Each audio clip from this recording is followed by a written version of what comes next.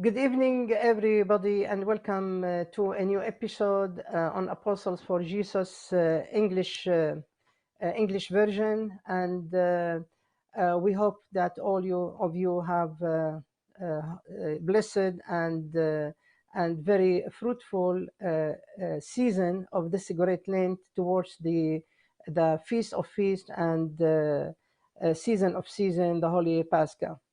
We are honored and blessed and also very proud to have a special guest today to talk to us about the most important and critical and controversial trial in human history, which was the trial of Jesus of Nazareth.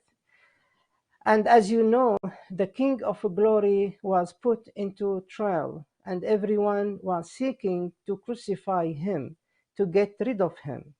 And they preferred Barabbas to Jesus Christ, not knowing that by crucifying the true Barabbas, the true Son of the true Father, Jesus himself, that they will be delivered from death and the gates of heaven will be open to everyone who believes.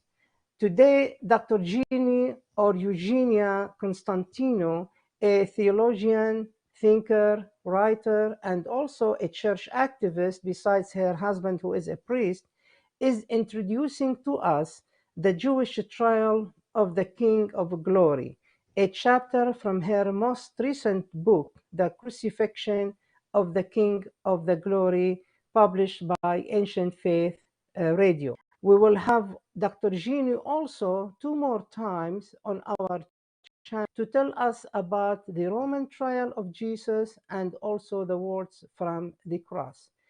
We welcome your questions and comments, as you know, and also you can call us live on the phone number that will appear later on at the bottom of the screen. Without further ado, Dr. Gini, I think you are with us right now. Yes, I am. Can you hear me all right?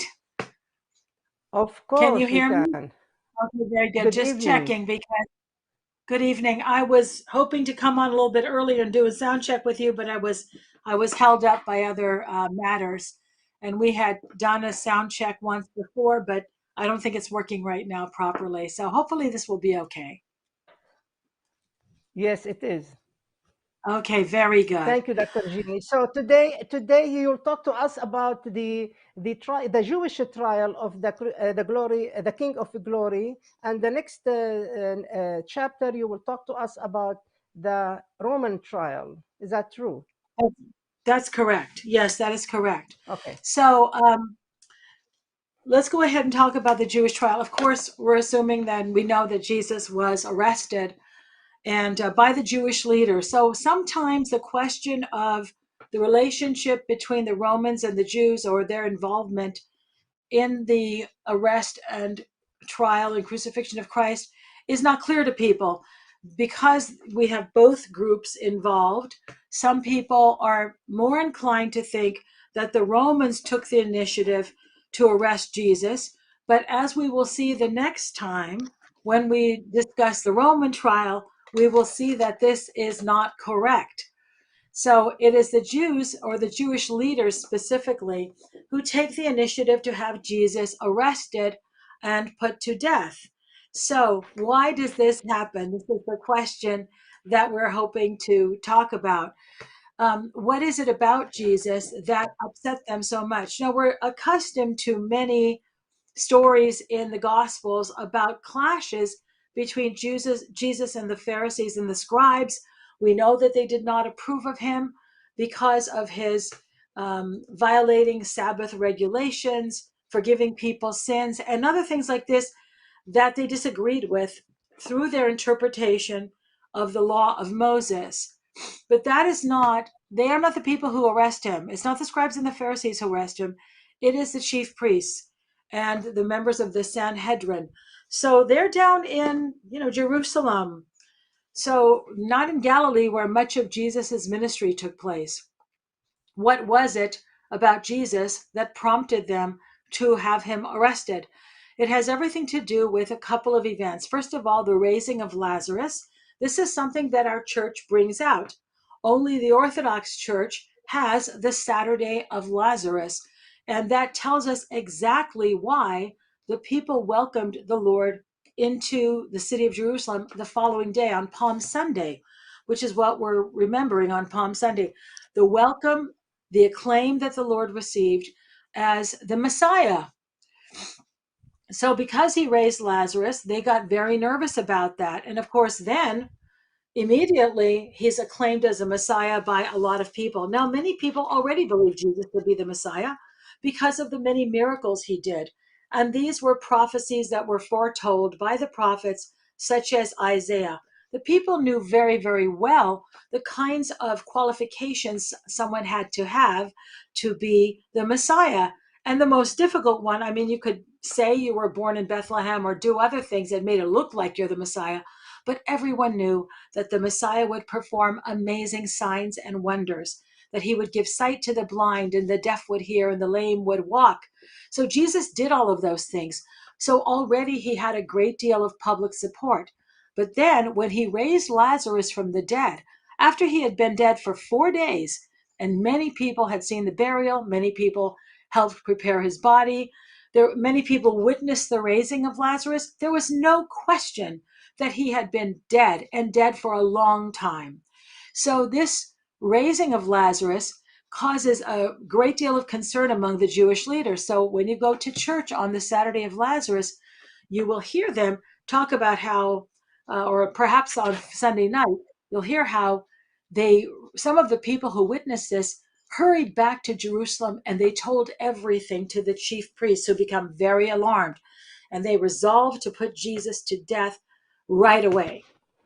But how were they going to do that? That was a bit more difficult. But this is one of their concerns because of Jesus's power and popularity. Then Jesus also cleansed the temple, and this was a matter of great concern to the chief priests because they were in charge of the temple. There was only one Jewish temple in the entire world. It was the only place where animal sacrifices could take place. And because of this, they were very, very concerned about losing their prestige, their authority, and all of the privileges they enjoyed as the people who ran the temple. The temple was a place where there was a lot of money, a lot of wealth, a lot of power. And when Jesus came and overturned things and accused them of being robbers and thieves, he actually wasn't saying anything that other people hadn't said, but he was the one who had this tremendous following behind him. So they were determined to have him arrested and put him to death. So this is the background for what happens here at the Jewish trial. So Jesus gets arrested, and now in the middle of the night, this is on very, very late Thursday night after the Last Supper, and or maybe very, very early in the early morning hours of Friday. Nonetheless, it's in the middle of the night. Now, let's start off by saying that it was forbidden under Jewish law to have a trial at night. And I think we can understand that because if there's a secret trial in the middle of the night, the outcome isn't very good for the person who's being accused. These kinds of trials take place in countries where there is not much fairness, not much opportunity for the accused. They want Jesus tried in the middle of the night so that they can quickly condemn him to death while people are sleeping, so people are not aware of what took place, and they can have him before Pilate early in the morning. And the fact is, the first time that people hear about Jesus or realize that he's on his way to the cross is Friday morning when he's literally carrying the crossbeam on the way to the place of execution, you see. So let's go ahead and take a look at the gospel account of the trial of Christ. I'm going to read the verses from St. Matthew's gospel.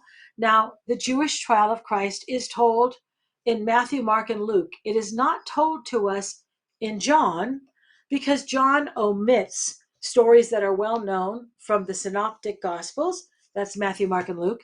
And yet he adds other details that they don't have. So John didn't see the need to repeat what everybody already knew in the synoptic gospels. What John does have is an appearance before Annas. who was the father-in-law of Caiaphas. Okay, so we're going to use St. Matthew's Gospel as the basis for our discussion of the Jewish trial of Jesus. He has two. He has a Jewish trial. Later, he has a Roman trial under Pilate. So those who seized Jesus led him to Caiaphas, the high priest, where the scribes and the elders had gathered. So they are gathering at the home of the high priest. This is something else which is highly irregular and not appropriate. Trials, and we know that, by the way, that this is the Sanhedrin, the great Sanhedrin. This was the highest ruling body of the Jews. These were the leaders of Israel. These were the people who were supposed to maintain order and who had been given this privilege and this responsibility by the Romans. So this is the great Sanhedrin because we know this because it is the high priest who is in charge. So chief priests were the elite of the Jewish priesthood. The high priest, of course, is the highest among the Jewish priests, and there were certain rituals which only he could participate in.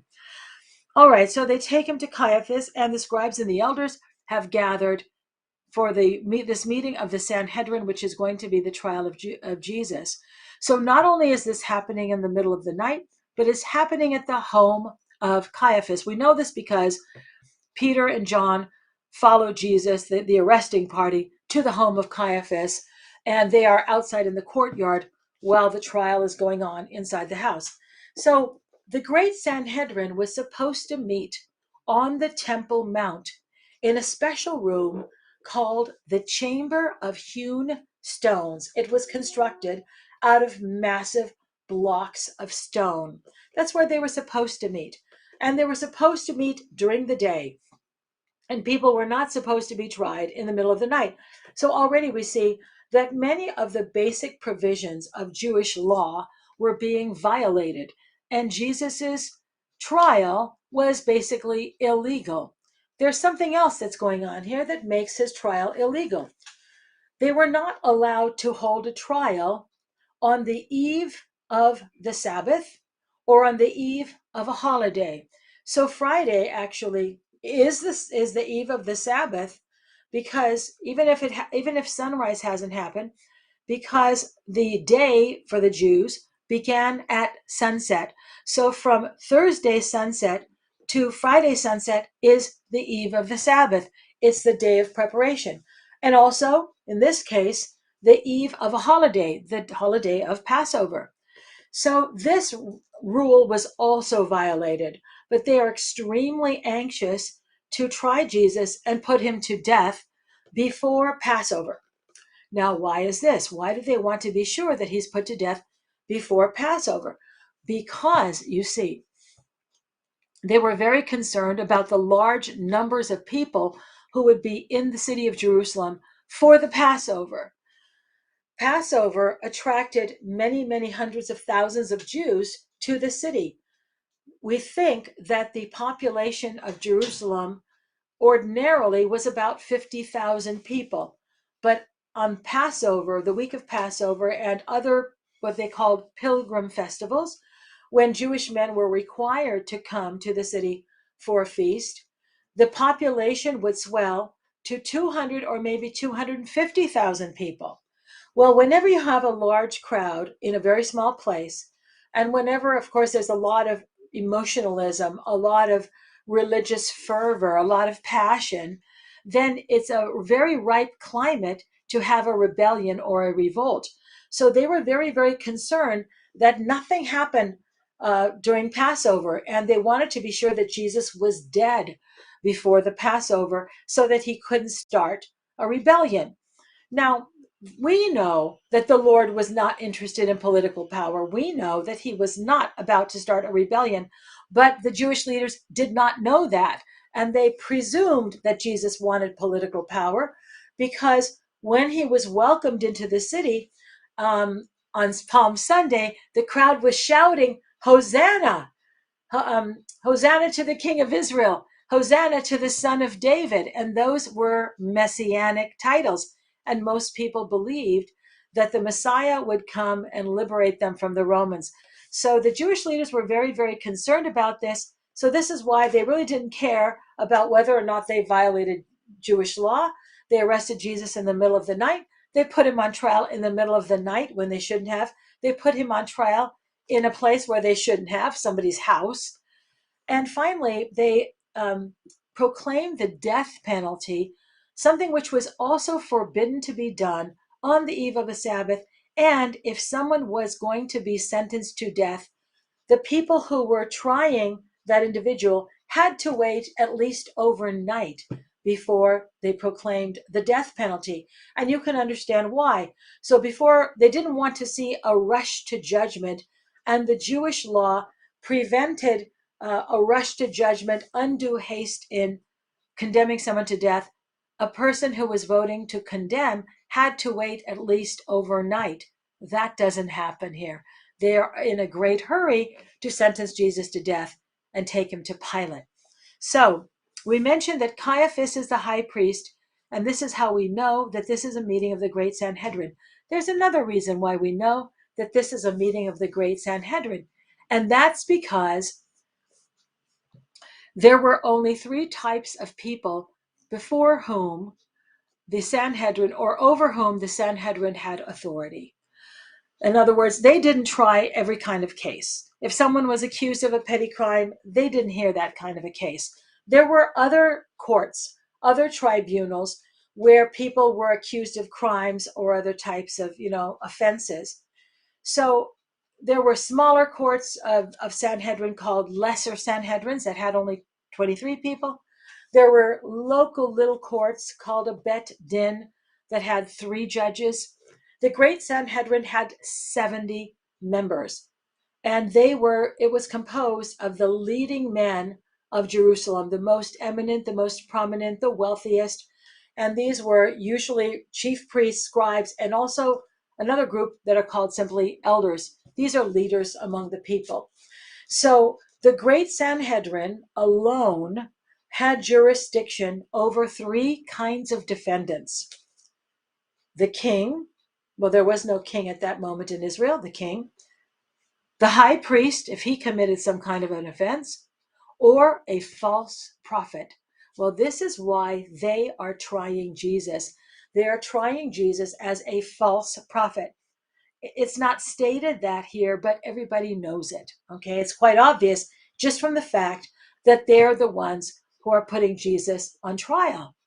But even though they're trying him as a false prophet, the irony is that the person that they have before them is the great high priest of heaven and the king of Israel, God himself.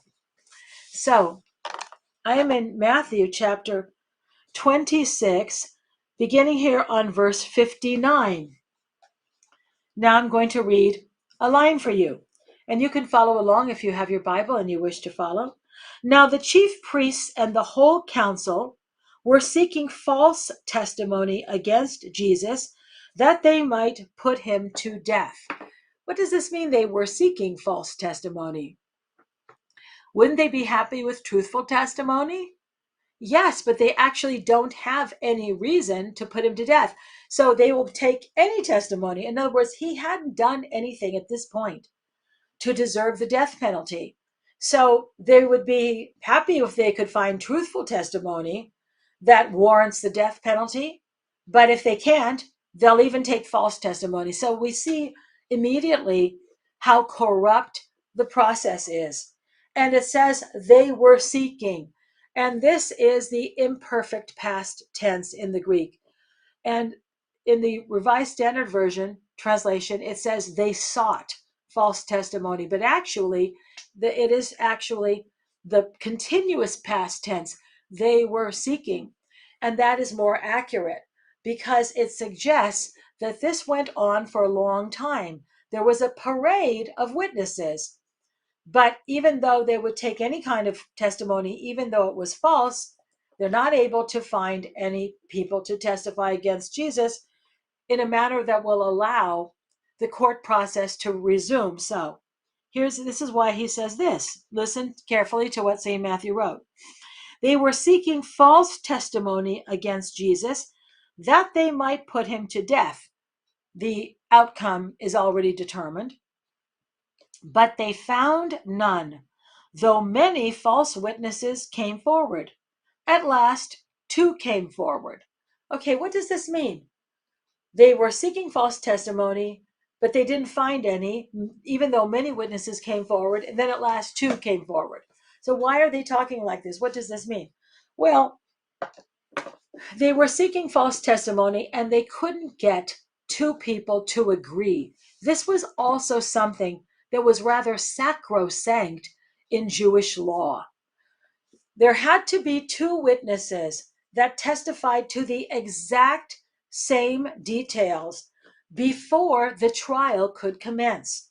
So they were hearing people making all kinds of accusations against Jesus. We don't know what they were because that hasn't been preserved for us.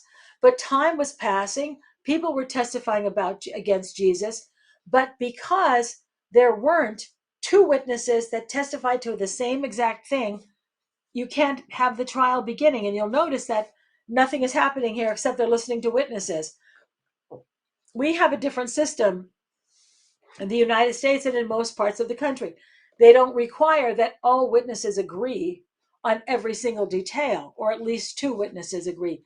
That was a feature of Jewish law, that two witnesses had to agree.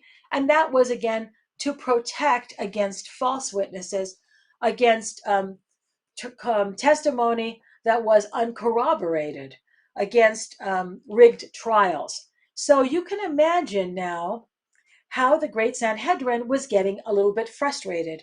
They had assumed that they would easily be able to call witnesses and there would be enough testimony to actually start the trial. At this point, the trial has not even begun. When we have a trial, we start the trial and then we call witnesses. That wasn't how this was working. In this case, they bring witnesses and nothing happens until they find two people who testify to the same thing. It says they found none, then at last two came forward. So what Matthew is trying to indicate to us is that this was a long process. Many people said things about Jesus that weren't true, that could not be corroborated. Then finally two came forward. Now, you can imagine how they finally got two witnesses. I'll just leave that to your imagination. Most likely, they found two people and they took them aside and they had them make sure that their stories matched before they went in to be questioned so that they could begin this trial against Jesus because time was passing. So finally, they found two witnesses who agreed to the same exact thing. And this is what obviously they were coached, okay? And because what they said actually is not true. So let's see what they said. And last two came forward, this is verse 61 now, and said, "This man said, I am able to destroy the temple of God and to rebuild it in 3 days." And the high priest stood up and said, "Have you no answer to make? What is it that these men testify against you?" Now, did you notice that the high priest stood up and began questioning Jesus only after there were two witnesses who testified to the same exact facts? And this is what they said. This man said, I will destroy, or I am able to destroy the temple of God and to rebuild it in 3 days. So, did Jesus say that? Sometimes when I ask Christians whether Jesus said that, they say yes. But the answer is no. Jesus never said that. He said something kind of similar to that. And he said that at the cleansing of the temple. Remember when I told you that the cleansing of the temple is a very pivotal moment that was very disturbing to the chief priests because Jesus was challenging their authority at the very seat of their power, at the place where they held power. It is a place where they had prestige and power and they got their money. They were rich because they controlled the temple and the sacrifices and the thousands of worshipers who came there every year. So, did Jesus say this? I am able to destroy the temple and in 3 days build it up? No, he did not say that. What did he say? Here's what happened. And this is found, by the way, only in the Gospel of John.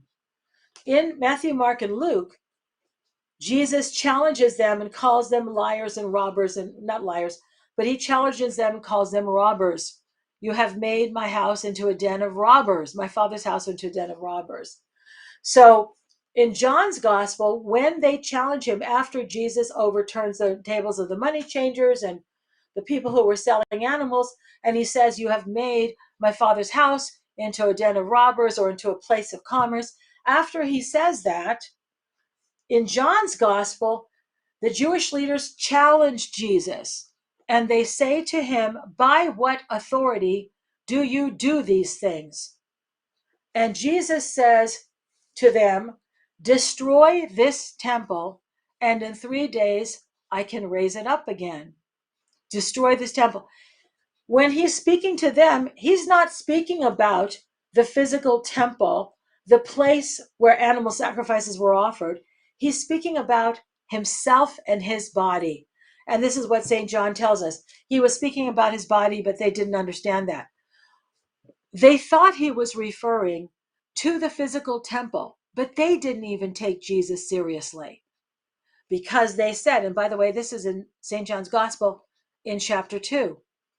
When he says, destroy this temple, speaking about himself, because he knows they intend to destroy him, and in 3 days I will raise it up again, speaking of the temple of his body, their response was, it has taken 46 years to build this temple, and you will raise it up again in 3 days?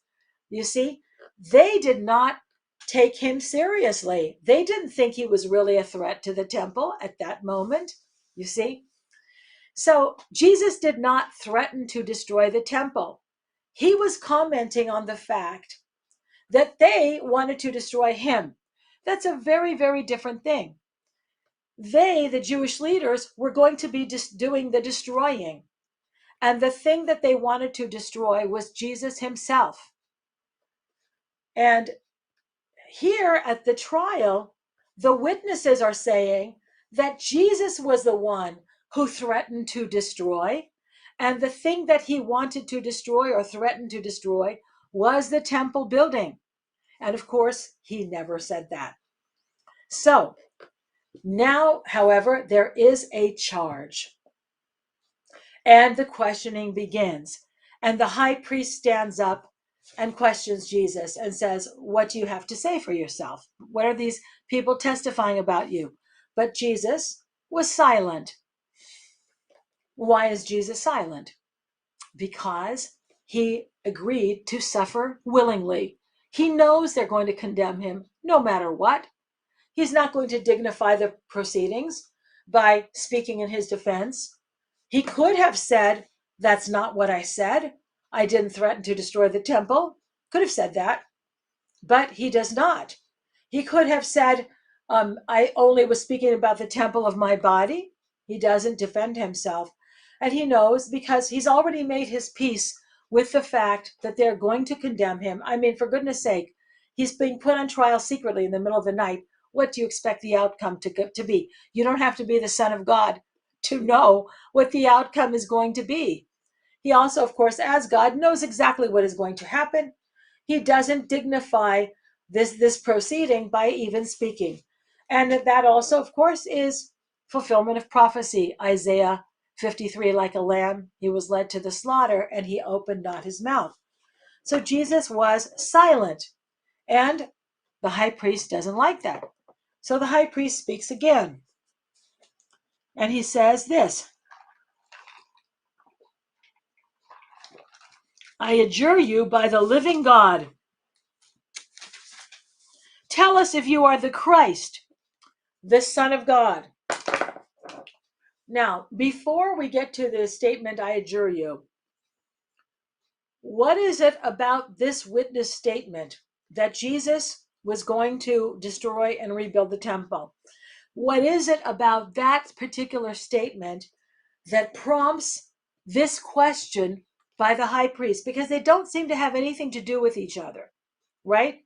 This man threatened to destroy the temple.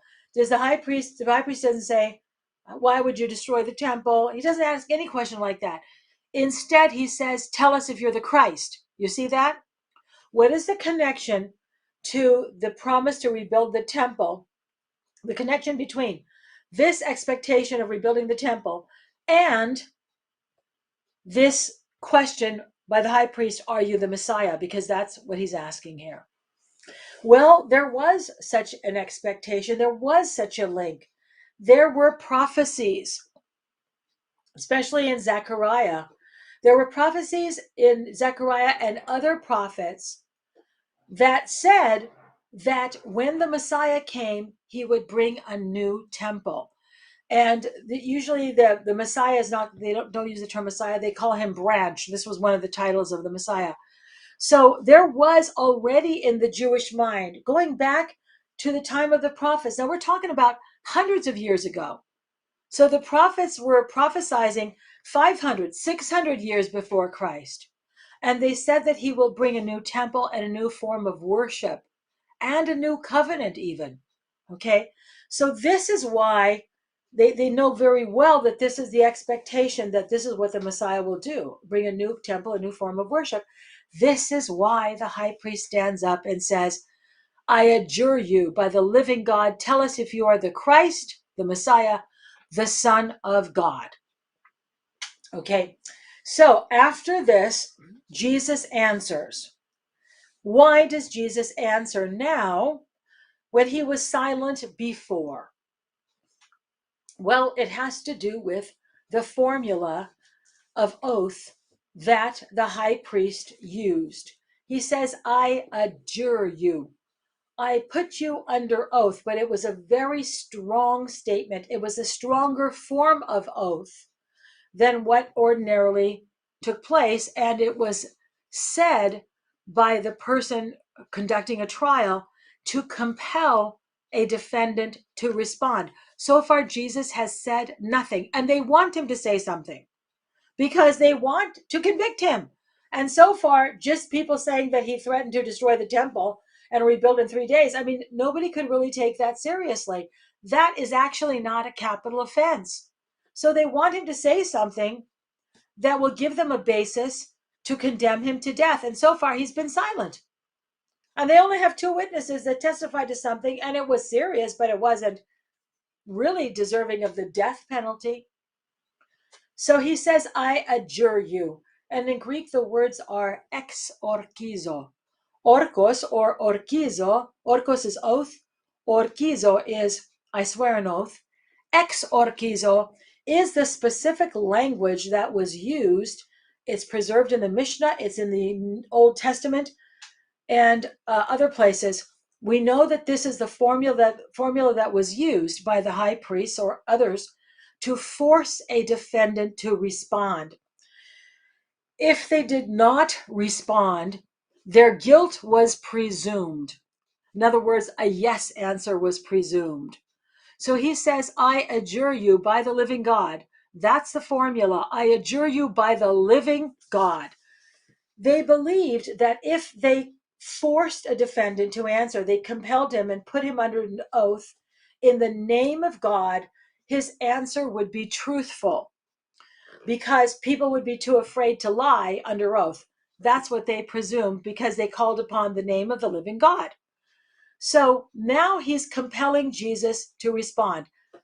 So there was no such thing as we have in the United States, a right against self-incrimination. They literally had the right to force you to testify, even if it's against your own interests. Now Jesus responds. So why does Jesus respond? He could have still remained silent, right?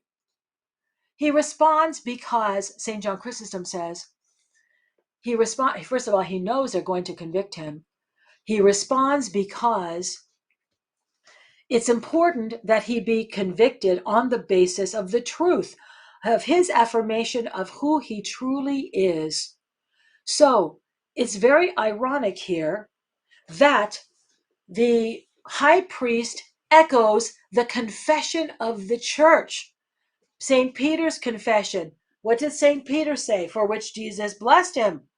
You are the Messiah, the Son of the living God. And here, The high priest echoes that exact thing. Are you the Messiah, the Son of the living God? And Jesus says what? You said so. Now, what does that mean? Is it you said so, I didn't say so? Or is it you said so? Is it a yes? Is that a no? Or is that a neutral response? It is a yes. And we know that Jesus often answered this way when the answer was yes. For example, when he predicts his betrayal and people, the disciples at the Last Supper, start asking him, who would betray you, Lord? Is it me? He says, no. Is it me? Is it no? Is it me? Is it no? Then finally, Judas says, is it I? And Jesus said, you said so. And later, when Pilate says, are you the king of the Jews? Jesus says, you say so. So, why does Jesus answer that way? Because it's a stronger response than simply yes. By saying you said so, is saying that you yourself, high priest Caiaphas, you have ironically testified to the truth of my identity. I am the Christ, the Son of the living God. You yourself have said it. So this is a very powerful thing because it means that the high priest, even though unwittingly, has confessed the truth himself because these very words have come from the mouth of the high priest. So he cannot say he didn't know who Jesus was. But that, of course, alone is enough for the death penalty, probably. But Jesus doesn't stop there. He says, you said so. And he adds to that. And furthermore, what does he say? And hereafter, you will see the Son of Man seated at the right hand of power and coming on the clouds of heaven. So why did Jesus say this? This is not some kind of a poetic statement. Oh, we're going to see Jesus in the sky on the clouds. This is a direct reference to the prophecy of the prophet Daniel, chapter 7 in Daniel's prophecy. Daniel had a vision. Again, all of these Jewish leaders know those scriptures very well. Daniel had a vision in which he saw the Ancient of Days. In other words, God the Father in his vision. And the Ancient of Days, God, gives all glory and all authority to somebody that Daniel describes as the Son of Man. He has complete authority of God, and he co-rules with God. So what Jesus is saying is that I'm this person that Daniel saw in his vision. I'm the person who rules with God. Okay? So that now is a complete confession of divinity. So when he says seated at the right hand of the power, this means that he is co-ruling with God, that he's equal to God the Father. And only God can be equal with God. A human being, a mere human, can't rule with God. He's seated at the right hand of power. This is why we have that language in the creed. He ascended to heaven and is seated at the right hand of the Father, because it shows that he's equal to God the Father, you see, and he's truly God. He's going to be seated at the right hand of the Father and coming on the clouds of heaven. This is an apocalyptic image. At the end times, I'm the one you're going to see coming on the clouds at the end times, at the end of the world. So, of course, it is after this that the high priest stands up and tears his robes and says he has uttered blasphemy. We don't need any more witnesses. What is your judgment? Now, the high priest was forbidden to tear his robes, even upon the death of his parents. Tearing of the robes is something a person did as a sign of grief, especially when a parent died. That was forbidden for the high priest, and he wore a seamless robe that could not be mended. So here he stands up and tears his robe to really add force to this accusation, to underscore the blasphemy. He says he has blasphemed. What do you think? Well, he's already pronounced a sentence, but I have no doubt that the other members of the Sanhedrin would think that Jesus was deserving of death because he had spoken blasphemy. He made himself equal to God. This is exactly what they were hoping for, you see. He basically has made himself equal to God. This is what they say. We know he is equal to God. He is God. But they have finally are able to convict him on a crime, a Jewish crime, which deserves the death penalty. And that is what they would call blasphemy. All right. So they begin to beat him immediately. They don't wait. They spit in his face and they slap him and they strike him and they begin to abuse him. All right, so that is the Jewish trial. And at this point, I suppose, Mr. Adrian, we could open up the lines for discussion or for questions. I'll be happy to hear any questions that you have. Thank you, Dr. Jeannie, very much for everything you have said. And uh, that was very interesting, actually, when you talk about the Jewish trial of Christ and how did they had to do it before the Great Sabbath or before their feast, their Passover. Um, Yeah. now the question there is a question that always comes to the mind of everybody about Jesus' trial. Okay. Was Jesus accused of as a political,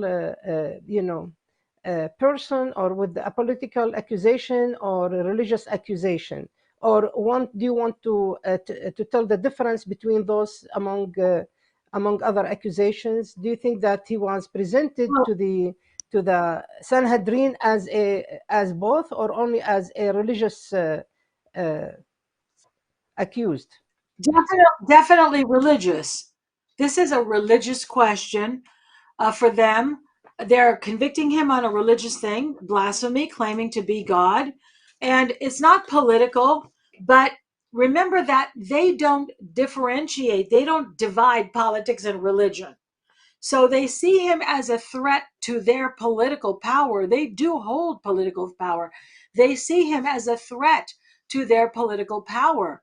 So there's no question that there is a certain amount of politics involved, but they didn't separate politics and religion the way we do. But they So if you, but they yes, will go ahead. twist the accusation in front of Yeah, Pilate yeah, from we'll get religious to into that next. political. That's right. We'll get Exactly, to that next exactly. one. But So at here they this are point, it's interested a more religious in trial. so here they It's are a more religious interested trial. in religious. Yes. Now the other Well, question that you have let mentioned, me- can I say one thing in response to that? of course, Let's of say, course. let's say they, let's say they're charging him with something political. Can they sentence him to death for something political? Remember, they No. want the death penalty. So they're going to sentence him to death under Jewish law, and that is religious. I mean, if Jesus actually claiming, I'm glad you brought this up because claiming to be the Messiah is not a crime. They didn't sentence him to death because he claimed to be the Messiah. There were people before Jesus and there were people after Jesus who claimed to be the Messiah. That's a political thing. That is not a crime. But claiming to be the Son of God is a crime under Jewish law. And it carries the death penalty. It's blasphemy, you see? Yes, but yeah, that's true. Now, uh, when he said you made it very clear about the false accusation.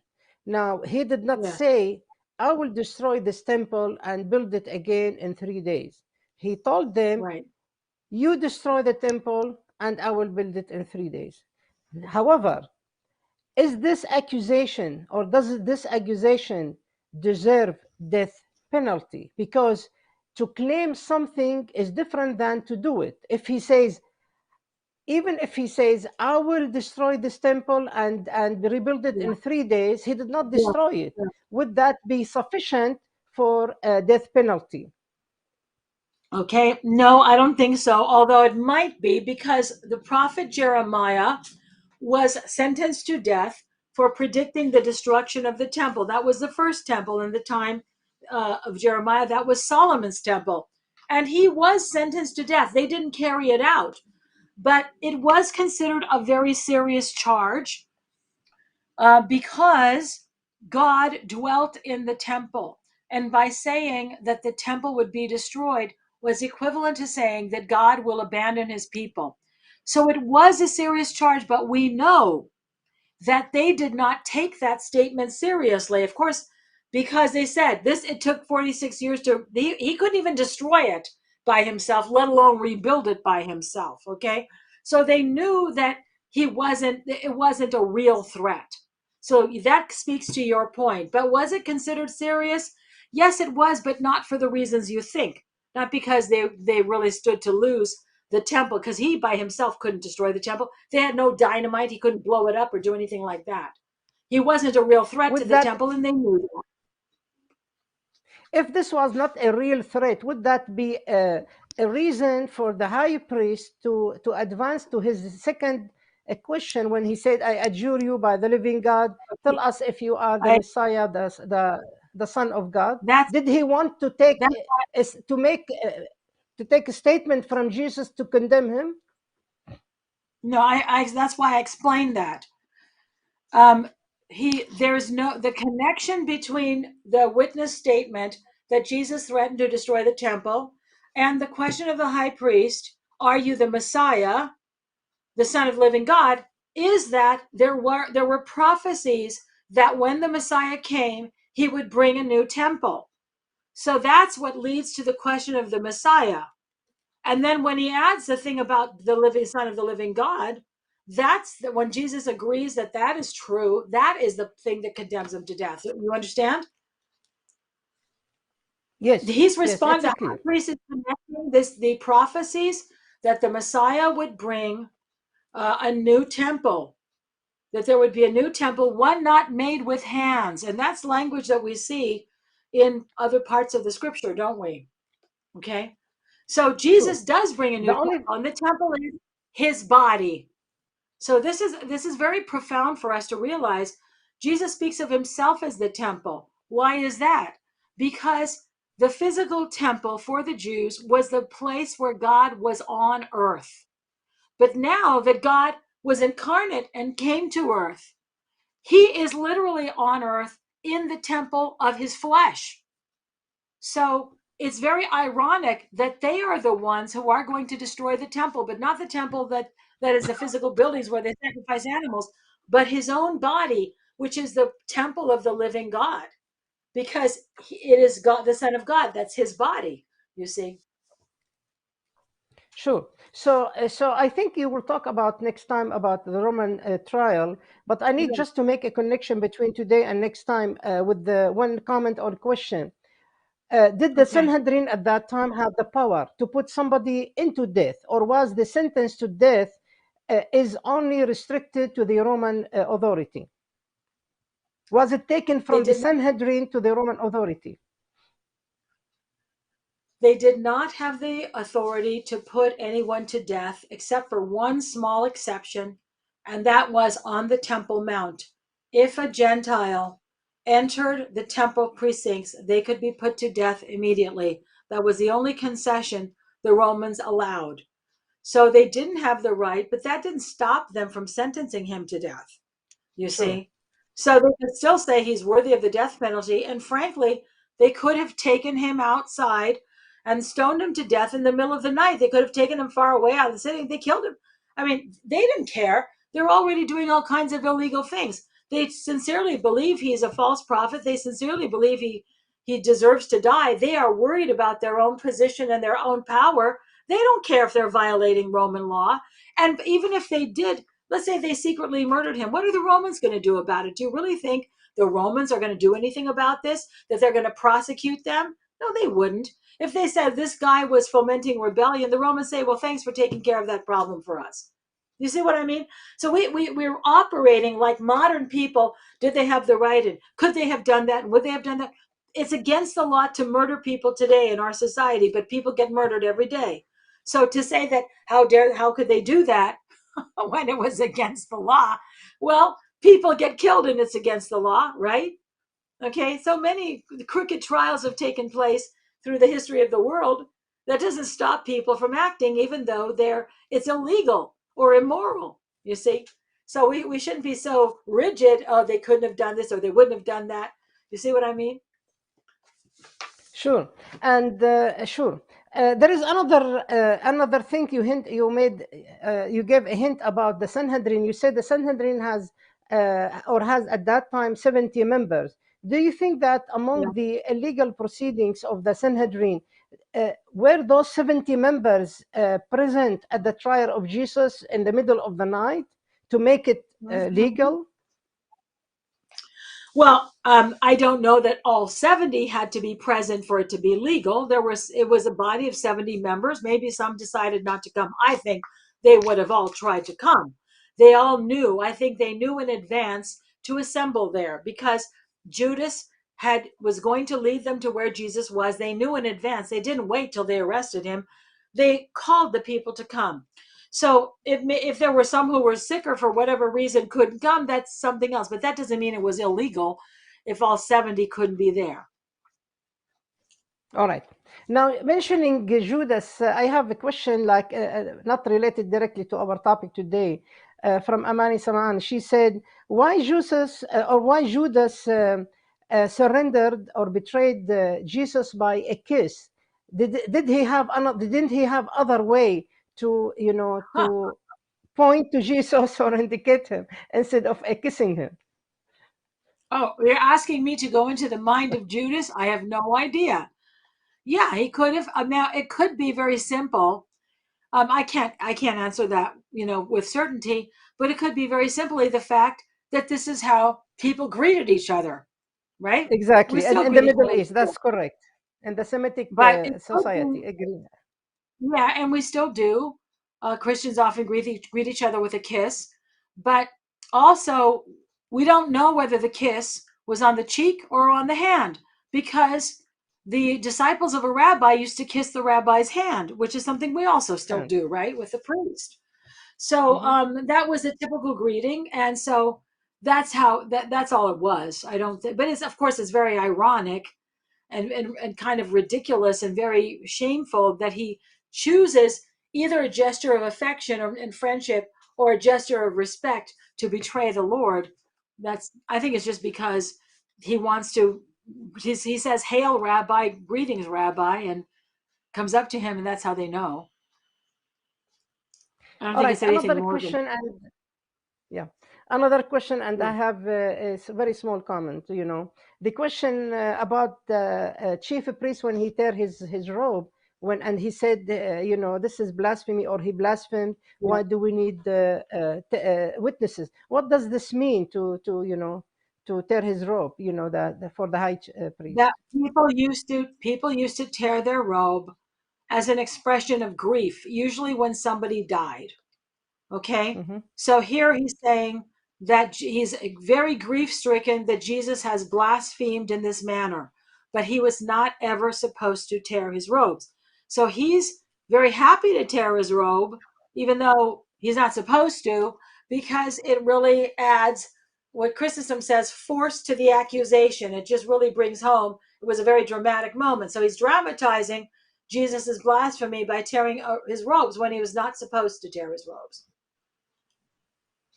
It's an expression of Okay. grief, that's all. All right. I think that put us mainly. Let me see if I have more question. Now, can you tell us how can we, purchase a copy of your book, Dr. Jeannie? Thank you for asking the question. The book is called The Crucifixion of the King of Glory, and it is available from Amazon, and I don't know if it's Barnes and Noble, but also especially the publisher is Ancient Faith Publishing Company. You can get it at store.ancientfaith.com. It is good if you could buy it from Ancient Faith directly, store.ancientfaith.com, because that supports the ministry of the church. It is available through Amazon if you can't wait and you have to have it in 2 days. But Ancient Faith does ship them very quickly. Okay. So, an Ancient Faith Publishing is, as I said, a ministry of the church. And if we buy from Amazon, then we're supporting Amazon, and the publishing company has to sell things very, very cheap to Amazon. They make almost no money on it. Amazon makes all the profits. So store.ancientfaith.com. the crucifixion of the King of Glory, the amazing history and sublime mystery of the cross. Actually, we will have the link to the Ancient Faith bookstore on our Thank you. That's very good. That's very nice. yes, on our website, Oh, on the Facebook and YouTube. yes. I would It's like to thank also, you very much. And yeah, go thank ahead. you. Can I just add, it's also available on Audible. That is, you could hear it if you want to, if you like to listen to your books. It's also available on Kindle and other electronic devices if you like to read it on a device. Okay. All Thank you right. very much Okay. for No, inviting I me to just would participate. thank you. I would like to remind everybody about your next presentation on the Roman trial of the King of Glory, and that will be on April the 7th, April the 7th at 9 p.m. Eastern time, 8 Central time. And also, I would like to remind everybody about our next presentation on this coming Thursday, March the 31st, by Father Jeremy Davis. He will talk to us about continue the series of the Creed, and his episode title will be God and Man. This will be March 31st. Dr. Jeannie, thank you for being with us very My much, pleasure. and have a wonderful Pleasure. evening and happy Thank happy you. Annunciation Feast. Oh, thank you very much. Same to you. Thank you. Thank you very much. Good night, everybody. Good night.